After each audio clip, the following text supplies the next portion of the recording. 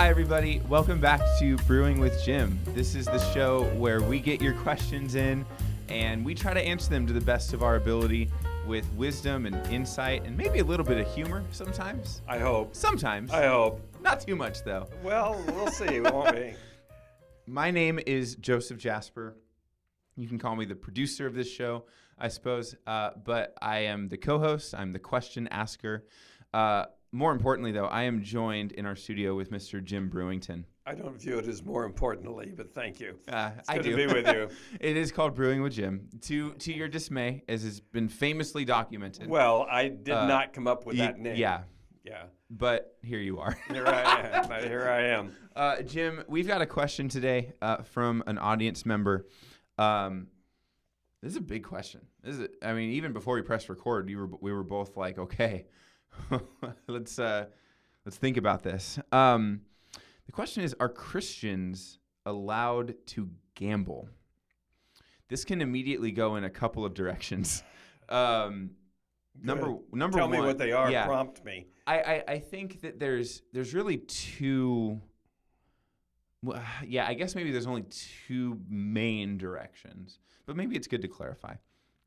The first one is that this could become a show that is primarily about gambling. Is it wise? Is it fun? Is it addictive, and the stuff that kind of comes with that in general. Mm-hmm. The second direction this episode could go is the question asks, are Christians allowed to gamble? And we could talk about sort of a biblical or a Christ-like understanding of the practice, and is it appropriate, or when is it appropriate, or how is it appropriate? That's a good setup. So I think that there's kind of two, again, there's these two directions to the show.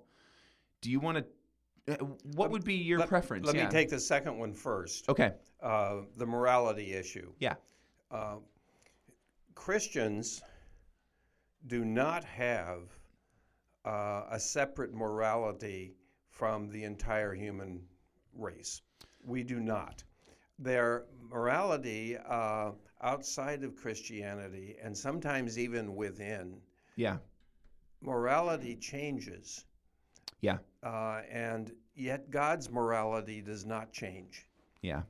God's morality is wisdom. He is omnisapient. He has all wisdom, and it is, of course, combined always, driven by his nature, which is love. Yeah. That we need to take a close look at what God has to say about morality. Mm-hmm. I can remember the society. I don't remember the society. I remember an example of when this society has changed morality. When I was a child, adultery was a crime. Yeah. It was illegal. Now it's the subject of situation comedies. Sure. And it's not illegal anymore. Well, the morality hasn't changed. Adultery is an expression of desire that's outside of the realm of love. Yeah. And so that makes sense. Christians don't have a separate morality or a morality that should be separate from that which is the morality of all human beings. Yeah. Now, we have to decide, I guess, where does gambling fit in that morality? Yeah. And gambling is addictive. Mm-hmm. There are people who gamble and have difficulty stopping. Yeah, compulsively. It's compulsive, endlessly. It's impulsive. Yeah. It's endless. It's destructive. Yes. It takes all their money. They lose their house. They lose their marriage. They lose. Eventually, it's possible they lose their freedom sometimes. Yeah, that's right. Incarcerated, and I know that there are people who have taken their life because they can't fight this addiction. Right. I am not an expert on gambling addiction. I have been around people who have that addiction, claim to have that addiction. I'm sure they do. Addiction is a whole complicated topic. Yeah. Experts all over the world are involved in the kind of behaviors that people engage in, and they cannot stop for one reason or another. What is the attraction of gambling? Well, the attraction, I am told, is not so much financial gain. It may be I want to be set for life, and Sure. I may have a windfall here, Sure. and I'm going to win the jackpot. And if I do, then I will have everything that I need, at least financially.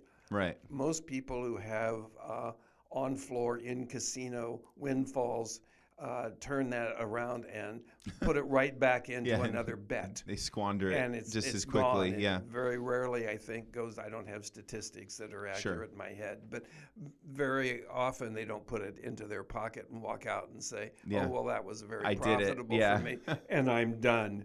I think that I am told that the addiction comes from the excitement of the play. Yeah. It comes from the enjoyment of the activity itself. What looks like achievement, but it isn't really achievement. And in Vegas and other towns now that have casinos, the casinos have lights and sounds that go off. And when people win big, then there are sirens that go off. And, excuse me. All this goes on, and it's possible that people become addicted to that. Now, I'm going to tell you something that was a surprise to me here at the school and became a shock to me. I often will give students a piece of paper, just scratch paper, 8.5 by 11. Here's your piece of paper, and here's a pencil. I want you to write down 5 topics you would like to hear discussed in this class. Yeah. And we have here a special class called advisory classes or mentor classes, wherein the students are all in each class of the same sex. I have junior boys. Sure. Last year, I will have the same senior boys this year. Yeah. Okay. What are 5 topics you would like to hear discussed? Do not put your name on this, so it's submitted anonymously. Right. Last time I did this, at the beginning of last year, 2/3, statistically, it was 66.67% of the topics that were submitted to me had to do with gambling addiction. That's wild. How can I resist gambling addiction? How do I know if I'm addicted to gambling? And I had no idea. And these are 16, 17-year-old kids, Mostly 6, yes, And so the next time we met, after I read all of those questions, I asked the whole class. I told them that 2/3 of you have said this. I'd like to know, how widespread do you think this is throughout the school? And the answer that came back was, we don't know because most people who engage in this behavior don't talk about it. But we think it's pretty widespread.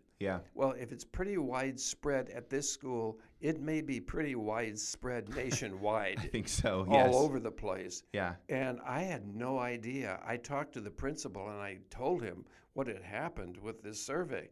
And I said, we may benefit from bringing an expert in here to talk to the kids about gambling.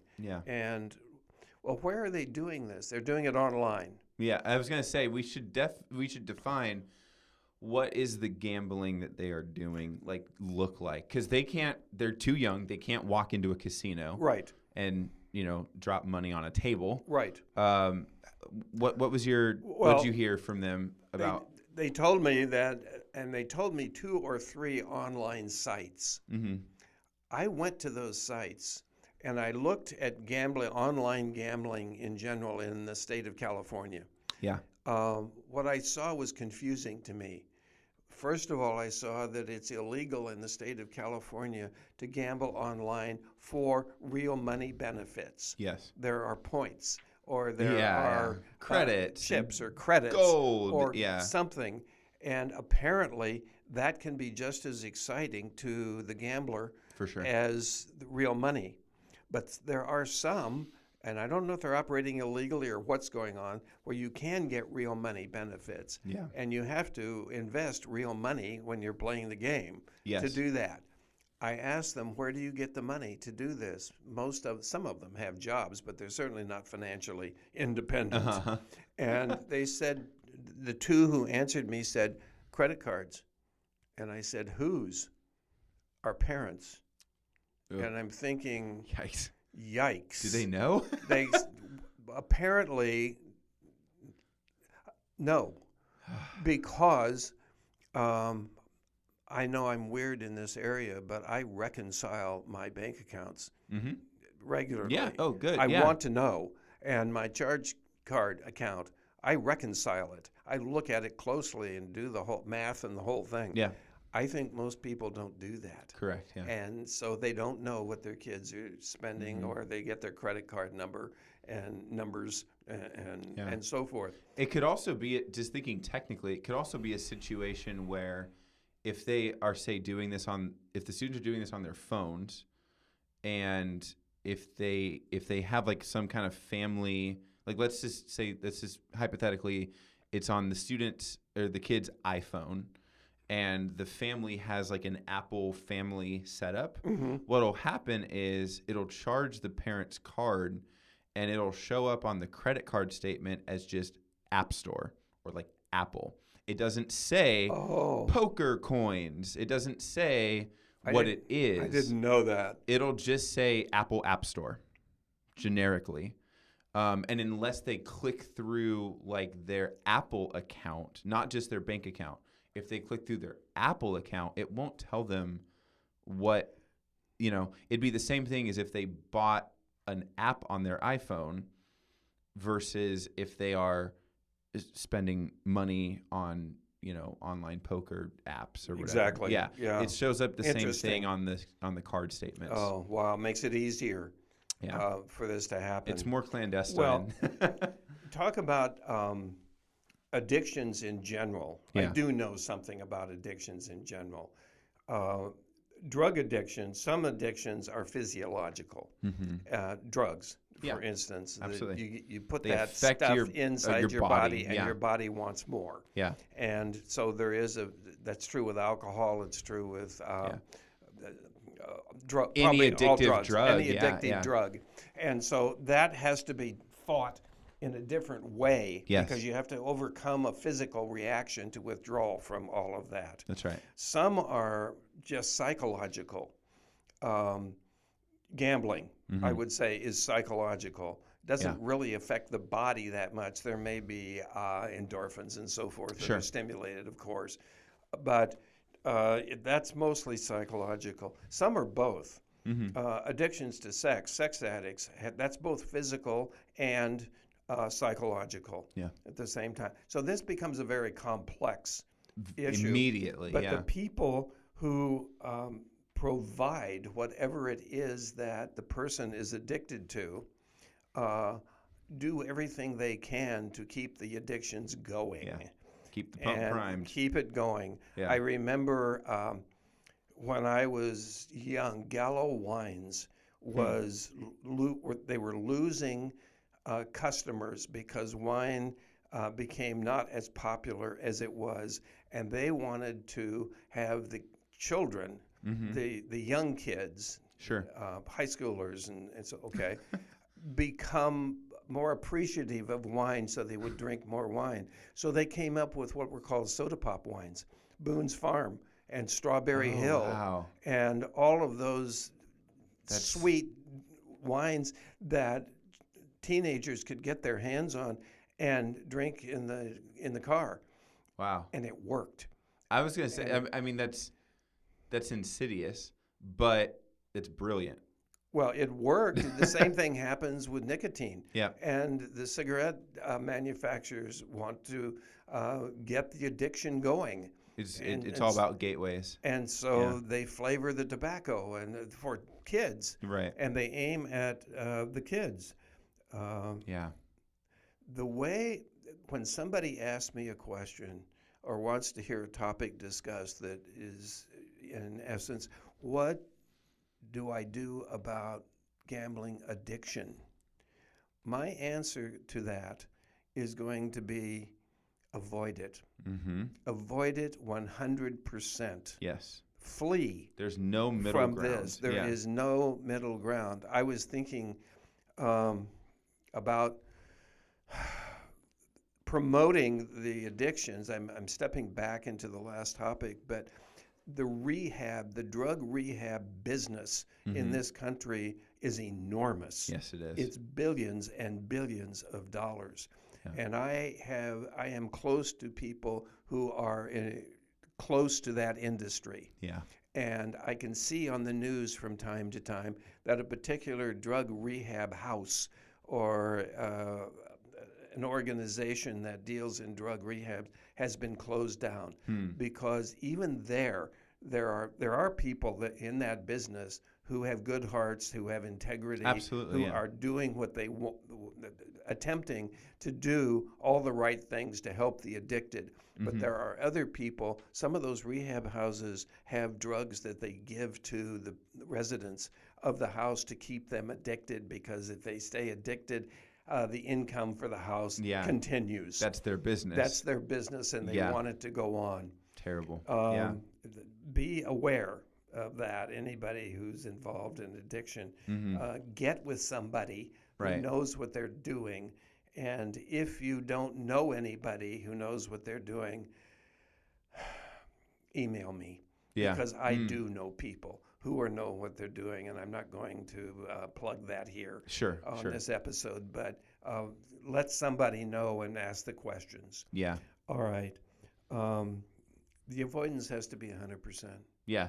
Don't dance around the addiction. You can't have one foot in. If you're not sure if you're going to be addicted, but you ask the question, you're on the fence, buddy. Yep. And get off the fence Yep. completely. If I am addicted to chocolate eclairs, I can't go in the bakery just to smell. Right. It won't work. Yeah. Because when I get in the bakery, I've got the money in my pocket. I'm going to It's going to happen. indulge. Yes. Yes. And so it is big business. I think while I am not giving expert advice here, because I don't really have it with gambling addiction, be aware, and be aware that avoidance is 100%. Just stay away from it. Yeah. Get rid of the apps. Yeah. Get rid of the temptation wherever. I mean, separate yourself as far as possible. Yeah. It's written in 2 Timothy, now flee from youthful lusts. Flee from youthful lusts and pursue righteousness. Yeah. Faith, love, and peace with those who call on the Lord for a pure heart. That's advice that is well to be heeded. Absolutely. And then James says, resist the devil, and he will flee from you. Yeah. Well, the devil is manifested here while he is a person. He is manifested here in all of the attempts for the suppliers of that to which a person could become addicted to get right into the childhood, get right into the face of the people who are tempted and entice them to become involved. Flee. Yeah. Flee and get completely away from all of this. Yes. Now, does that mean, am I addicted to gambling? No, I am not. Never have been. But I've been to Vegas. I've been to Laughlin. Sure. I may put a roll of quarters Sure. in a slot machine, and I think you don't even do that anymore. No, you I don't know. don't. You don't. It's all electronic. You use your phone. Oh, really? You do the wireless, like the tap kind of thing. Oh, my Yeah. gosh. Okay. Well, you don't hear the coins dropping into the metal catcher at the bottom of the... You don't, but they have this. They just play sound effects. Really? Yeah. This is all. Yeah. Okay. They replicate the entire experience that has been what a casino looks like for decades on a computer screen. Oh my gosh. They don't have the rolling, slot machines. They don't. They have a flat screen TV and just a graphic of the wheels. Well, you know you're what more up to date than I am. But the idea, I don't go to Vegas anymore because we had family members who from other parts of the country that enjoyed that and liked to meet us there, and we would go there. And so I would be involved. I would be in the casinos, but I may put, as I said, a roll of quarters in the machine, and then whatever came out went into my pocket. There you go. And if I win, I win. If I don't win, I've lost $10. Yes. And I could afford That's to the best lose approach. $10. I've heard that. I grew up hearing that come from my parents. I'm glad that I did, and I think it's really wise. And I've heard this from other people. You now join that list throughout my life of like the healthiest way to view gambling is to view it as this money is getting spent. I am dedicating however much I'm going to gamble. I plan on spending it. This is me paying for entertainment. Right. And I don't expect anything out of it. And what you said is exactly right. Anything that comes out of it, cool. Like, it, Yes. it's a cool, nice little kickback. When I turned 21, it wasn't for my 21st birthday, but after I had turned 21, coincidentally, my family went to Laughlin once. We went to Laughlin a lot when I was a kid because we would take my family used to have boats, and we would go out on the river and stuff. It was super fun. But anyway, we went to Laughlin for the first time after I was 21, and they were so like, Joseph, gamble. We just want to see you gamble like once. I'm just so out of it. I'm like, I don't want to do this. It feels weird, feels gross. And my sister gave me a $20 bill and said, you just spend this. Just do it. Just whatever. And I went to like got it converted into the tickets or coin, whatever they do there now. It's like a receipt almost that has your credit on it. And I put it into a slot machine and I pressed it one time and I won like 25 cents and I cashed out. And I walked out of there and I went to the... You cashed out? I did. And I went over to the cashier and I got a $20 bill and I got a quarter, and I very intentionally, like big arm movements was like, here is your $20 bill and I'm putting this quarter in my pocket. And that was done. That's a formative memory for me. But yeah, the idea that whatever goes in is spent. It is gone.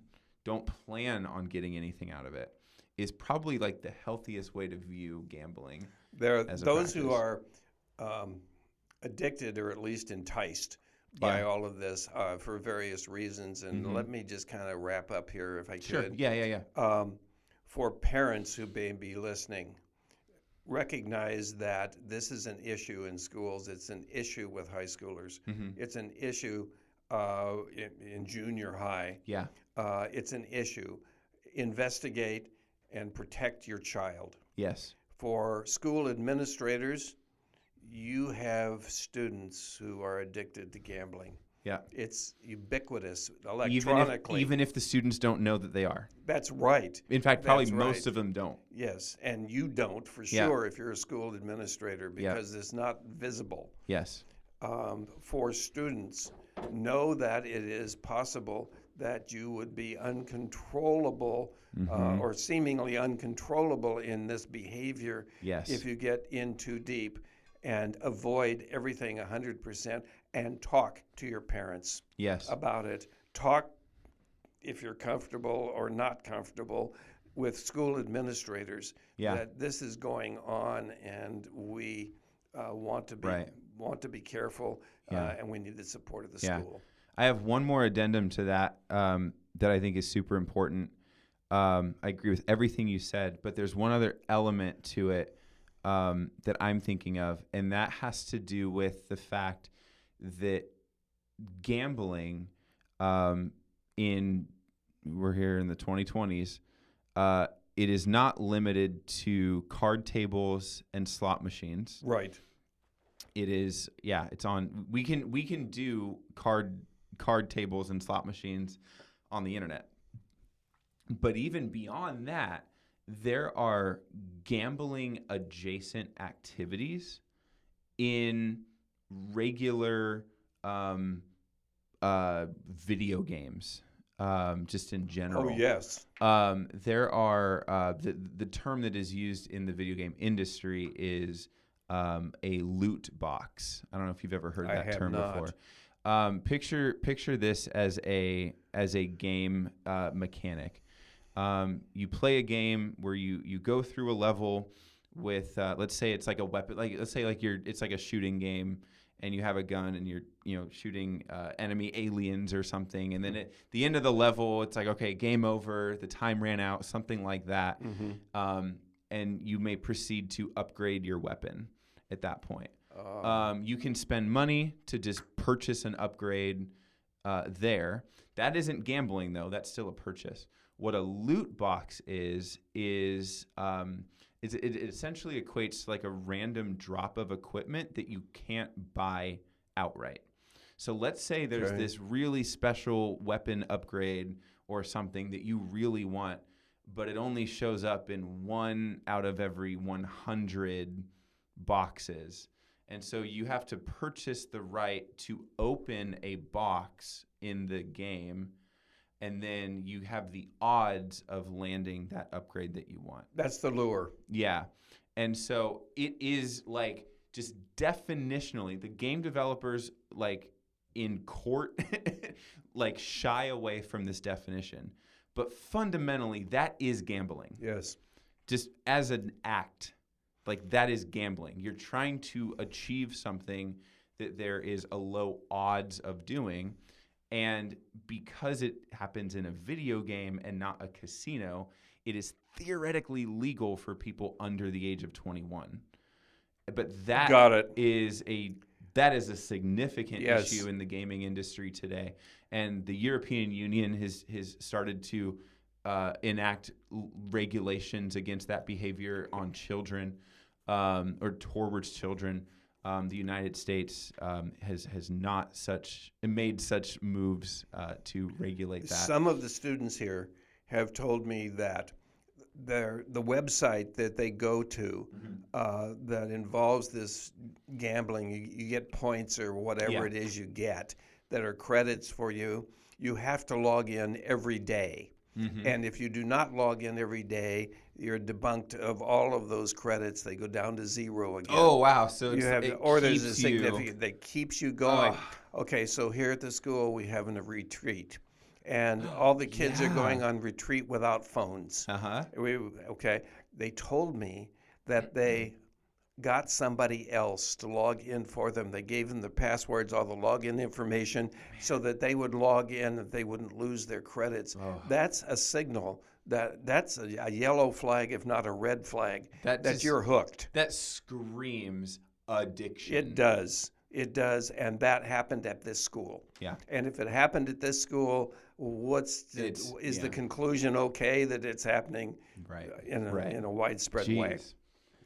That's a huge thing. Yeah, we could keep going on this, but that's a good, I think, place to leave off, a good primer, a good conclusion. Let's do. Let's go to the second segment, this total change of topic. The second segment in Brewing with Jim is called Surprise Jim. It's a question that he doesn't know what's coming. It's always something fun and loose and having to do usually with nothing. This is a question I got from a friend a couple months ago, and I didn't know immediately how to answer it. So you'll be forgiven, and if you don't know how to answer it, or if you want a different question, I can give you a backup surprise question. But if you have anything here, I think it would be interesting to hear. The question is, what is a relatively cheap or simple item in your life, whether it be a tool, a gadget, something that just manages to add tremendous value to your life? The example, like I think of my dad. My dad's a handyman. So he has a toolbox full of all the traditional, he's got hammers and wrenches and screwdrivers. But then I also think of like he has this special drawer of just like these one-off, like you wouldn't, when you're building a toolbox from scratch, you don't think you need this thing, but you get working on the house and suddenly you're like, oh, I really need this thing. Do you have anything in life, doesn't have to be like a tool, but is there anything in life, in your routine, in your desk at school, that you just kind of, it's just like a small thing, but it just adds tremendous value. Yes. Okay. And it doesn't take me long to think of what that is. Oh, that's wonderful. And you're going to, all your suspicions that I'm weird are going to be confirmed now. I can't wait. Yeah, okay. I've been waiting for this day for years. Oh, I'm sure.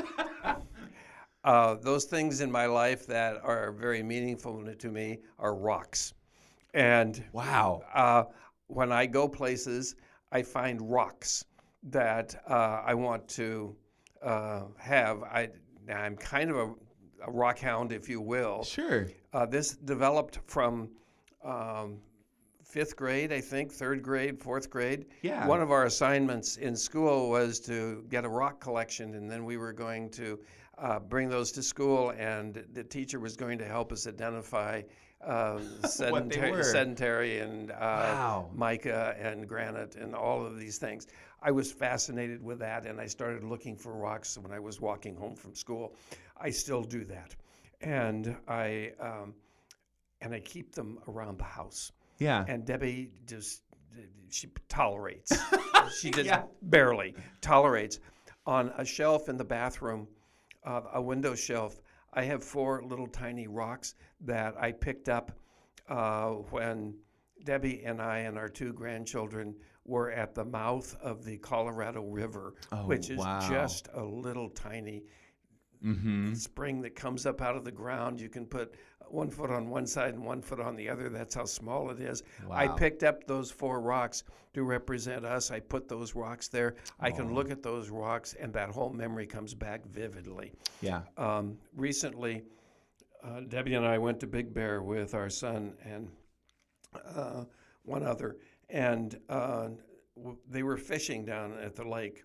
And I walked down there, and as Debbie and I were walking down there, there were a bunch of rocks over the side. I said, "Look at that. Oh, that one is gorgeous." Yeah. Well, it was huge. And there's no way. Yeah. And just fast forward, I took Chad, our son, down there, and I said, "Look at how beautiful that rock is." And he went over to try to lift it. And he could lift it, but he said, my son is strong. Yeah. He has big arms. He is very strong. Yeah. And he lifted this rock just a couple of inches off the ground, and he said, "This is right on the borderline of I can lift it and I can't lift it." Next day, I said, "Well, I don't want this." Yeah. I don't want it because, come on. It's huge. Yeah.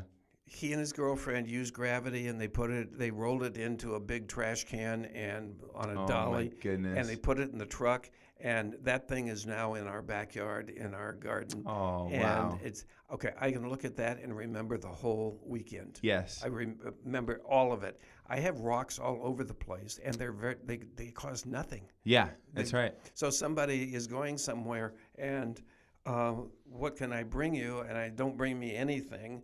A Starbucks card isn't going to cut it. Why don't you bring me a rock? Yeah. Somebody brought me a rock, a small rock, from their trip to Europe. And they were in Rome, and they were doing construction on the Colosseum. And the construction involves some destruction to put reinforcements in it. And they picked up one of those rocks, and they brought it to me from the Colosseum. Wow. And I have that under a glass thing on. Okay, I remember all of that. And I looked at it, and I said, "The Colosseum, really? This looks like it came from the Chevron station at San Clemente." No, it actually came. One girl who lives in Germany went to Germany and chipped out something about the size of a saucer from a cliff that had a fossil on it, and I have that in my classroom, and that's from Germany. So yes, all these rocks That's amazing. have memories for me. Do you have the ability, if you were to give me a tour of your house, how many rocks are we talking? How many rocks are just lying around your life? Dozens. Okay. I don't know. Yeah. I have 4 or 5 in the classroom. Okay. That students have just brought me from various places. Yeah. But I like rocks. We have big rocks in our landscaping. Yeah. We have a planter that's filled with rocks that So Yeah. there's the answer to that one. Would you have the ability, if I were to come over to your house someday, to like specifically identify every one of them, or do they? I think so. Over time, do they kind of blend I together? think so. And get No, forgotten? well, Yeah. the ones that I look at and have fond memories about, they continue to provide that for me. They're just a stimulus for my memory. Yeah. And Do you mark them at all? Do you? no, You don't write on them where they came No. from, or okay. no. When I die, they're all going to go to the dump, I guess. I was gonna But- say, like, what does this collection look like? Are you the one person that knows all of these rocks' origin stories? Yes. Okay. Yeah, nobody else knows. Do you have any interest in, maybe not on the physical rock, but like picture, like almost like a museum piece of like pictures and like a little plaque of like, here's where this one comes from. Here's when I got it. No. Okay. No. Just No. saying. That I think that's a sign we should wrap things up here. Let's conclude this episode. Thank you, audience, for listening. Jim and I are always thankful that you tune in to hear what we've got to say. Yes. If you want to reach out to us, you can do so by emailing brewingwithjim@gmail.com. We want your questions. We want your stories. We want you to introduce yourselves. Tell us where you're listening from and how you heard about the show. Again, that is brewingwithjim@gmail.com. With that, though, I think we're done. I think we're done, but yeah. don't send me a rock. Okay, please don't send rocks to Jim. Bye, everybody.